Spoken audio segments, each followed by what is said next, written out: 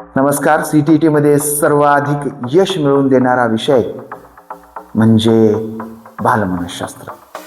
हा विषय समजायला सोपा आहे आणि वर्षानुवर्षे या क्षेत्रात काम करणाऱ्या शिक्षकांना वेगवेगळ्या प्रशिक्षणाच्या माध्यमातून याचा अभ्यासही चांगला झालेला आहे. आणि 30 गुणांचा हा विषय जरी परीक्षेमध्ये असला तरी हा विषय तुम्हाला किमान 50 गुणांची गॅरंटी देणार आहे. कसं काय? 30 प्रश्न प्रश्नपत्रिकेत आणि 50 गुण कसं काय?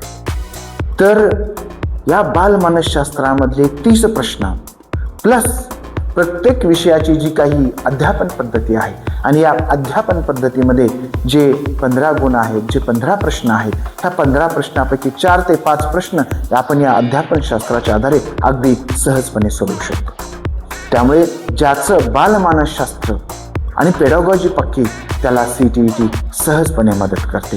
हे 30 गुण आणि पुन्हा ह्या 45 अध्यापन पद्धतीच्या गुणापैकी एक 20 गुण असं एक 50 मार्काची गॅरंटी देणारं हे बंडल आहे. म्हणूनच आपल्याला दिलेल्या आश्वासनाप्रमाणे आपण या लेक्चर सिरीजची सुरुवात या बालमानसशास्त्रातून करणार आहोत. आणि बालमानसशास्त्राचा या लेक्चर सिरीज मधला पहिला लेक्चर, हा पहिला व्हिडिओ हा आपण विकास डेव्हलपमेंट, पहिले जे 2 पार्ट आहेत म्हणजे बालमानसशास्त्रातला पहिला भाग म्हणजे डेव्हलपमेंट स्टेजेस, विकास आणि त्याच्या अवस्था आणि विकासाचे टप्पे, याविषयी आपला हा आजचा पहिला व्हिडिओ आहे. तर पाहूया काय आहे विकास. आणखी वैशिष्ट्य म्हणजे आपली ही जी सिरीज आहे ही सिरीज 3 भाषांमध्ये एकाच वेळी आपण देणार आहोत. म्हणजे आपण मराठीमध्ये त्याला काय म्हणतात जो आपण अभ्यास केलेला आहे, आपण इंग्रजीमध्ये काय म्हणतो तोही महत्त्वाचा आहे आणि हिंदीमध्ये काय म्हणतो तेही महत्त्वाचं आहे. बऱ्याचदा जेव्हा आपल्याला संकल्पना कळत नाहीत तेव्हा आपण हिंदीतला प्रश्न इंग्रजीमधून तारून पाहायचा असतो. किंबहुना काही प्रश्नांमध्येच इंग्रजी शब्दांचा वापर केलेला आपल्याला परीक्षांमध्ये दिसून येतो. त्यामुळे 3ही भाषांमधून आपण समजून घेऊ. आपली भाषा म्हणजे मराठी आणि परीक्षेमध्ये येणाऱ्या 2 भाषा हिंदी आणि इंग्रजी, ह्या 2 भाषांच्या आधारे आपण काय करणार आहोत, हा जो विषय आहे हा विषय आपण समजून घेणार आहोत. चला तर पहिला भाग म्हणजे डेव्हलपमेंट. डेव्हलपमेंट म्हणजे विकास. काय आहे विकासाची व्याख्या? तर विकासाची व्याख्या अशी आहे ती म्हणजे निरंतर क्रमबद्ध जीवनभर चलने वाली प्रक्रिया. विकास निरंतर सुरू असतो. माणूस मरेपर्यंत त्याचा विकास सुरूच असतो, त्याचा विकास थांबत नाही. हा वाढ थांबते, वृद्धि ठहरती है मगर विकास नहीं ठहरता. वृद्धि और विकास में ये अंतर है. तो ये निरंतर है, क्रमबद्ध है. आगे जब हम इसके कैरेक्टरिस्टिक, इसकी विशेषताएं देखेंगे इसमें हमको पता चलेगा कि निरंतर क्या है, क्रमबद्धता क्या है. जीवन भर चलने वाली ये प्रक्रिया है और इस प्रक्रिया में क्या है, शारीरिक, मानसिक, सामाजिक, भावनात्मक और नैतिक पक्षों में, इन 4-5 पक्षों में गुणात्मक परिवर्तन, या सिर्फ देखने वाले नहीं, व्यक्ति के वर्तन में जो परिवर्तन होते हैं उन परिवर्तनों का अंतर्भाव इसमें होता है. इंग्लिश मध्ये जर म्हणायचं असतं तर continuous, step by step, life long process. और इस प्रोसेस में, in this process there is physical म्हणजे शारीरिक, मानसिक मेंटल, सामाजिक सोशल, भावनात्मक इमोशनल, नैतिक मॉरल. और इन सब में, in all these aspects of development there is a गुणात्मक परिवर्तन, मीन्स क्वालिटेटिव्ह चेंज. परीक्षेमध्ये असे शब्द येतात आणि या शब्दाचा अर्थ आपण लक्षात ठेवायचा. क्वालिटेटिव्ह चेंज, पॉझिटिव्ह चेंज आला पाहिजे. कशामध्ये? फिजिकल, मेंटल, सोशल, मॉरल, या सर्व बाबींमध्ये बदल आला पाहिजे. आणि आयुष्यभर चालणारी प्रक्रिया म्हणजे काय आहे? विकास आहे. विकास, वृद्धी, वृद्धीला मराठीत वाढ म्हणतात. वाढ आणि विकास. वाढ ही मर्यादित असते, आपण याचा अभ्यास केलेला आहे. वाढ ही मर्यादित असते, दृश्य असते आणि विशिष्ट प्रक्रियेला येऊन ती थांबत असते. पण विकास तसा नसतो. विकास कधी कधी दृश्य असतो, कधी कधी अदृश्य असतो. त्यामुळे विकास हा सतत चालणारी प्रक्रिया आहे आणि याची आपण डिटेलमध्ये माहिती पाहणार आहोत. विकास समजून घेण्यासाठी हे सगळं जे आपलं सुरू आहे हे कशासाठी आहे? लर्निंगसाठी आहे. म्हणजे अधिगम केली आहे. हिंदी में उसको अधिगम कहते हैं. अधिगम याला लर्निंग म्हणतात. अधिगम कशाला म्हणतात? अनुभव से, विथ एक्सपिरियन्स, अनुभव देऊन, काहीतरी अनुभव देऊन किंवा आपोआप आले तरी पण देऊन किंवा अनुभव घेऊन उद्देशपूर्वक कुठल्या तरी उद्देशानं, उगाच अनुभव नाही तुमच्यामध्ये किंवा विद्यार्थ्यांमध्ये काही बदल व्हावा, पाठ्यार्थियों यानी विद्यार्थियों में कुछ सकारात्मक बदलाव करने के लिए जो अनुभव दिए जाते हैं उसे अधिगम कहते हैं, और उसके व्यवहार में परिवर्तन आना चाहिए. त्याच्या व्यवहाराच्या वागण्यामध्ये बदल झाला पाहिजे, आणि हे कशी आहे, कंटिन्युअस आणि लाईफ टाईम चालणारी प्रक्रिया आहे. तर आपल्या लक्षात आलं, आपल्याला आपण जो या सिरीजमध्ये आपण पुन्हा पुन्हा हिंदीमध्ये शब्द वापरणार तो म्हणजे अधिगम, अध्ययन अधिगम. तो अध्ययन अधिगम क्या है ये हमने इस लाइन में समझ में लिया. इंग्लिशमध्ये याला लर्निंग एक्सपिरियन्स म्हणतात, मराठीमध्ये आपण याला अध्ययन अनुभव म्हणतो. म्हणजे जेव्हा आपण ही कॉन्सेप्ट समजून घेऊ तेव्हा आपल्याला काय होणार आहे, जो काही पेपर आहे तो पेपर सोडवायला सोपा जाणार आहे. त्याच्यानंतर काय आहे विकास आणि अधिगम, विकासाचा आणि अध्ययनाचा अधिगमचा काय संबंध आहे, रिलेशनशिप बिटवीन विकास अँड अधिगम, विकास आणि अधिगम मध्ये काय संबंध आहे, हा संबंध आपण समजून घेणार आहोत. पहिला आहे विकास अधिगम का आधार आहे.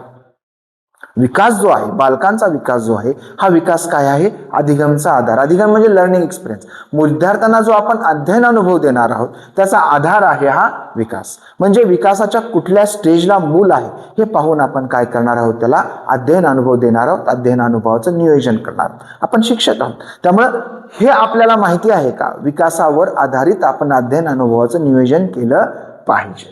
म्हणजेच विकास आणि अधिगम याचा संबंध हा असा आहे, विकासावर आधारितच अध्ययन अनुभवाचं आपण नियोजन करत असतो. त्यानंतर अधिगम विकास को गती देता है. आता अधिगमाचं नियोजन करताना आपण त्याच्या विकासाच्या अवस्थेचा विचार करतो, ही गोष्ट खरी आहे. पण त्याच्या पुढे हे अधिगम काय करतं, जेव्हा अध्ययन होतं, जेव्हा विद्यार्थी शिकतो तेव्हा त्याच्या विकासाला काय होते, गती मिळते. जसजसे अनुभव येतील तसतसे अनुभव त्याला काय करत असतात, समृद्ध करत असतात. विभिन्न अध्ययन अनुभवों से जब विद्यार्थी लैस होता है, समृद्ध होता है, तो उसके विकास की गति अपने आप बढ़ती जाती है. ह्या विकासाची गती काय होते, वाढते. कशामुळं, अधिगमामुळे. बरोबर आहे. म्हणजे अधिगमाचं नियोजन करायला विकासाची अवस्था महत्वात घ्यावी लागते, विचारात घ्यावी लागते. आणि सोबतच ह्या अधिगमामुळे काय होतं, विकासाला काय मिळते, निश्चित दिशा मिळते. विकास तर होणारच आहे, पण योग्य दिशेनं विकास होण्यासाठी अधिगम आवश्यक असतो. चुकीचा अधिगम, चुकीचे अनुभव आले तर काय होईल, मूल वाया जाईल. आपल्या केंद्रीय मंत्री गडकरींनी सांगितलं होतं की योग्य अनुभव मिळाले तर एखादा व्यक्ती IAS होतो, तर टॅलेंट असणारा पण चुकीचे अनुभव जर मिळाले तर त्यातून दाऊद इब्राहिम सारखा डॉन तयार होतो. त्याच्यावर बरीच कॉन्ट्रोवर्सी झाली होती. म्हणजे अनुभव, लर्निंग एक्सपिरियन्स जे आहे ते काय करतात, विकासाला योग्य दिशा देतात, योग्य मार्गाने घेऊन जातात. त्यामुळे विकास जरी अधिगमचा आधार असला तर विकासाला दिशा देण्याचं काम कोण करतं, अधिगम करतं, म्हणजेच लर्निंग एक्सपिरियन्स करतं. पुढचा मुद्दा असा आहे, काय संबंध आहे या दोन्हीमध्ये, विकास बिना अधिगम संभव.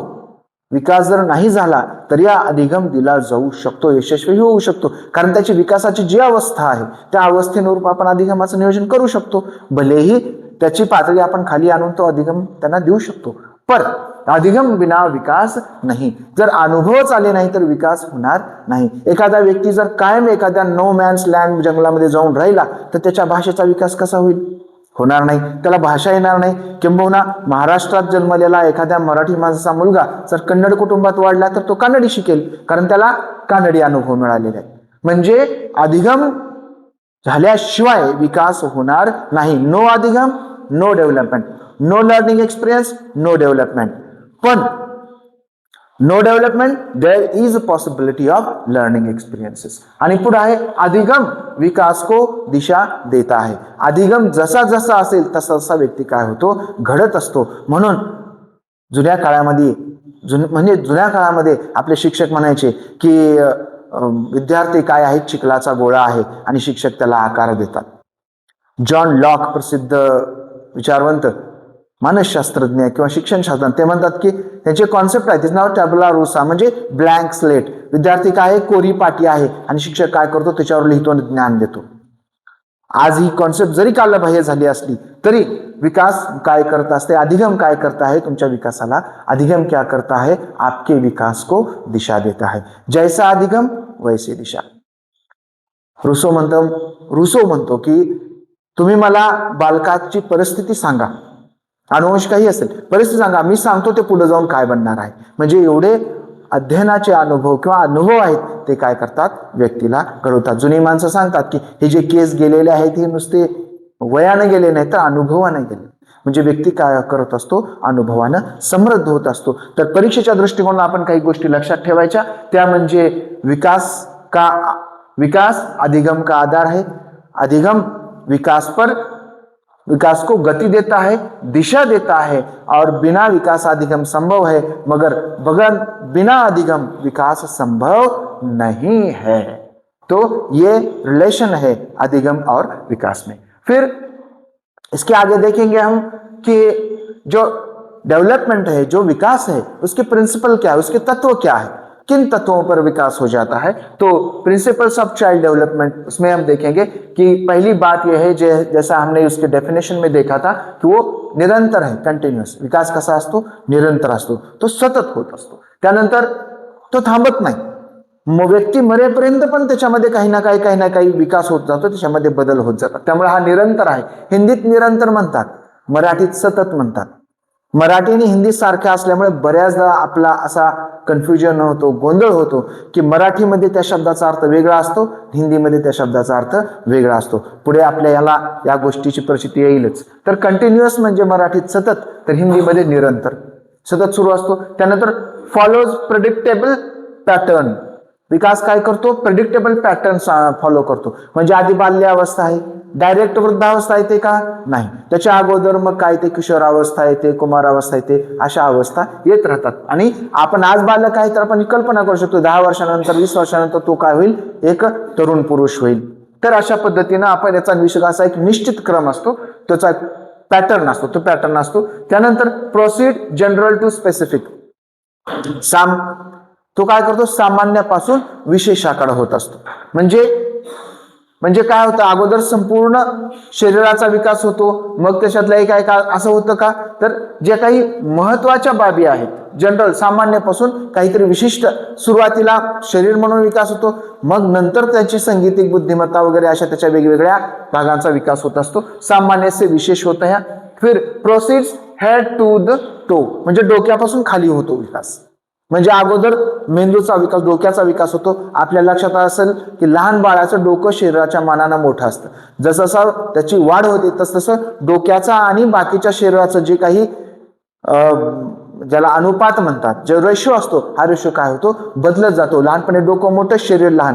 जसं मोठं होईल तसं शरीर मोठं होत जातं. त्या मानानं डोक्याची वाढ फार काही मोठ्या प्रमाणामध्ये होत नाही. प्रपोर्शन मात्र बदलत जातं, त्याचा अनुपात काय होतो, बदलतो. यालाच म्हणतात सिफॅडोकॉर्डल. हा प्रश्न परीक्षेमध्ये त्याचा उच्चार आहे सिफॅडोकॉर्डल, म्हणजे सिर से पैर तक. हा प्रश्न परीक्षेमध्ये, आणि असा आहे की परीक्षेमध्ये चक्क हिंदीमध्ये प्रश्न विचारतात डायरेक्ट सिफॅडोकॉर्डल म्हणजे काय असा प्रश्न, सिफॅडोकॉर्डल का मतलब क्या होता है असा विचारतात. त्यामुळे याला वेगळा पर्यायी हिंदी शब्द शोधण्यापेक्षा हा सिफॅडोकॉर्डल हा शब्द आपण लक्षात ठेवला पाहिजे, जरी आपण हिंदी माध्यमातून परीक्षा देत असलो तरी. त्यानंतर 5वा पॉइंट आहे तो म्हणजे proceed from centre to the peripheral.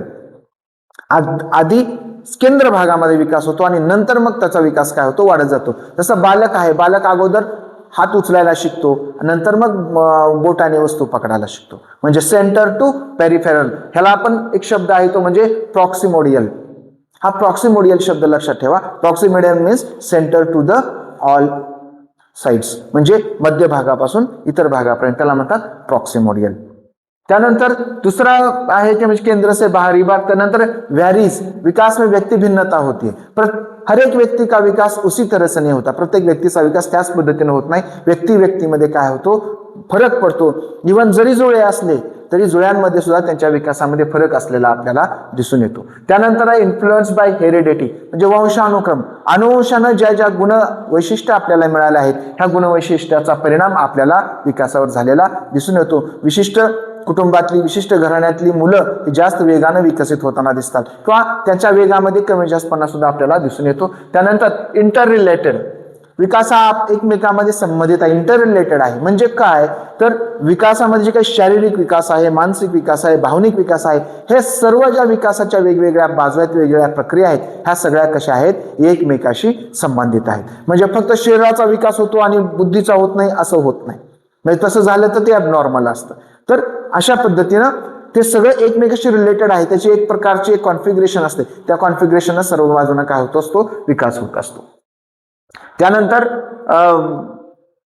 Cumulative विकास हा क्युम्युलेटिव्ह डेव्हलपमेंट इज क्युम्युलेटिव्ह म्हणजे संचयी असते. संचय म्हणजे कसं, आज विकास झाला, आजचा गेला आणि उद्या नवा आला, असं होते का?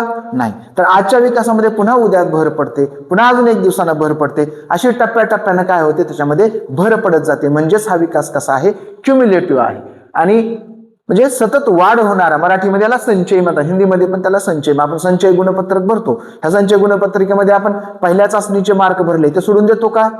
नाही. तर पहिल्या चाचणीचे मार्क, पुन्हा दुसऱ्या चाचणीचे, पुन्हा तिसऱ्या चाचणीचे, पुन्हा वार्षिक परीक्षेचे, आकारीचे सगळं मिळून एक अंतिम गुणपत्रक तयार करतो, त्याला आपण म्हणतो संचयी गुणपत्रक, क्युम्युलेटिव्ह रेकॉर्ड.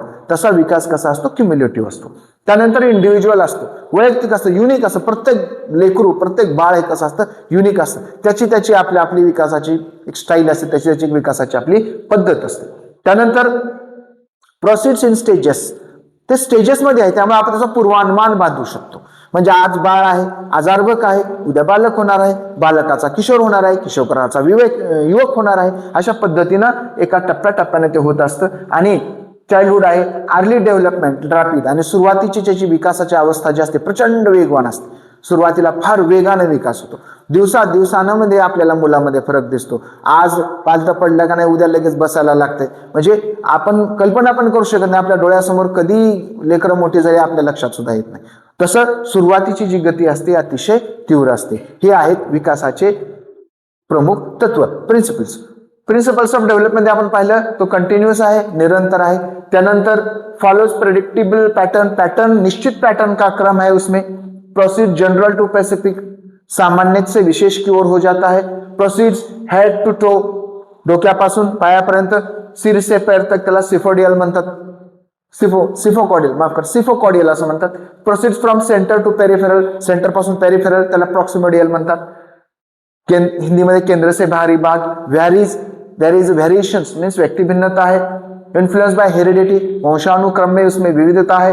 इंटररिलेटेड है, आपस में रिलेटेड है. फिजिकल, मेंटल, सोशल, सबका विकास एक ही समय में चलता है. ऐसा नहीं होता कि पहले फिजिकल हो गया फिर मेंटल हो गया फिर असं होत नाही. त्यानंतर हा क्युम्युलेटिव्ह आहे, संचय आहे. त्याच्यात इंडिव्हिज्युअल युनिक आहे, स्टेजेसमध्ये आहे, आणि early in very rapid process speed, सुरुवातीला एकदम वेगानं होत असतो. तर हे आहेत विकासाचे मूलभूत तत्व. आता ह्या विकासाच्या तत्वाचा शिक्षकासाठी काय उपयोग आहे, तर शिक्षकासाठी उपयोग म्हणजे अधिगम, म्हणजे आपण अध्ययनाचं नियोजन करताना विद्यार्थ्याची विकासाची अवस्था काय आहे, त्यांना वेगवेगळी उदाहरणं देताना किंवा त्यांच्यासाठी वेगळे अध्ययन. आता 5 वर्षाचं बालक आहे आणि त्यासाठी आपण जर समजा 8वी 9वीच्या पातळीच्या काही शारीरिक क्रिया जर करायला सांगितल्या तर ते होणार आहे का, त्याचा काही फायदा होईल का, त्यांना त्याचा फायदा होईल, उलट काय होईल, त्याचं नुकसान होईल. त्यामुळे नियोजन करताना त्याचं वय, परिपक्वता, त्याची मॅच्युरिटी अँड एज दोन्हीचा विचार करून पाठ्यक्रम अभ्यासक्रमाचं नियोजन, करिक्युलमचं नियोजन केलं पाहिजे. विशेषतः बालकेंद्रित अधिगमाचं नियोजन केलं गेलं पाहिजे. ह्या सगळ्यासाठी शिक्षकाला, कुठल्याही शिक्षकाला विकासाची संकल्पना माहीत असणं आवश्यक आहे. त्याचे तत्व माहिती असले पाहिजेत आणि त्याची व्याख्यान या पद्धतीने आपण काय केलं आहे, विकासाला समजून घेतलेलं आहे. यानंतरच्या पुढच्या व्हिडिओमध्ये आपण विकासवर परिणाम करणारे जे प्रमुख 2 घटक आहेत, त्यामध्ये हेरिडिटी म्हणजे अनुवंश, यानी कि वंशानुक्रम, हिंदी में वंशानुक्रम, मराठीत अनुवंश आणि इंग्लिशमध्ये हेरिडिटी, आणि दुसरा घटक तो म्हणजे वातावरण, मराठीमध्ये, हिंदीमध्ये उसका पर्यावरण और, आणि इंग्लिशमध्ये त्याची एन्व्हायरमेंट. तर या दोन्हीच्या वर आपण सविस्तर चर्चा करणार. थांबूया. लाईक, फॉलो, शेअर करा. आपला हा जो सिरीज आहे, आपली जी सिरीज जास्तीत जास्त लोकांपर्यंत पोहोचवा. धन्यवाद. जय जिजाऊ, जय शिवराय.